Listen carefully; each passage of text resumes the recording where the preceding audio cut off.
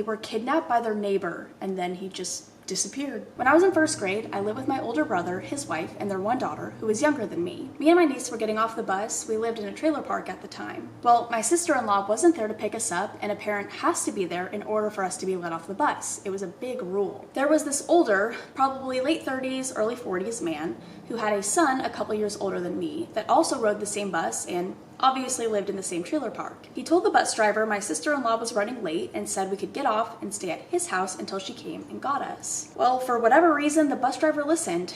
I didn't know any better as I had seen them around the trailer park all the time, and I was in first grade. I was like 6 years old. So me and my much younger niece went to his house to wait for my sister-in-law. We were at his house for well over an hour.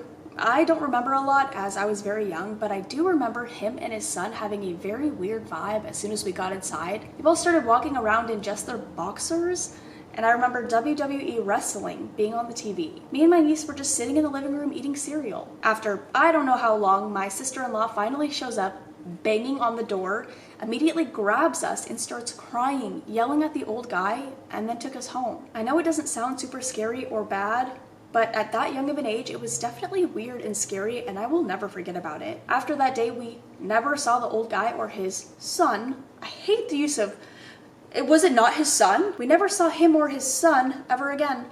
And a couple weeks after that, their trailer was gone. Anyways, to the weird old creep and his son that tried to kidnap me and my niece that lived in my old trailer park, let's never meet again. No, because first reading this, I was like, oh, your sister-in-law was like running late, so she just asked him to grab you. He wasn't kidnapping you. But the fact that she comes to the door and is screaming, crying, yelling at this man. She definitely didn't know you guys were with him. And then for him and his son, why are we doing this for son? Where did they go? Where did they go? Yeah, I don't like it. Let's never meet again.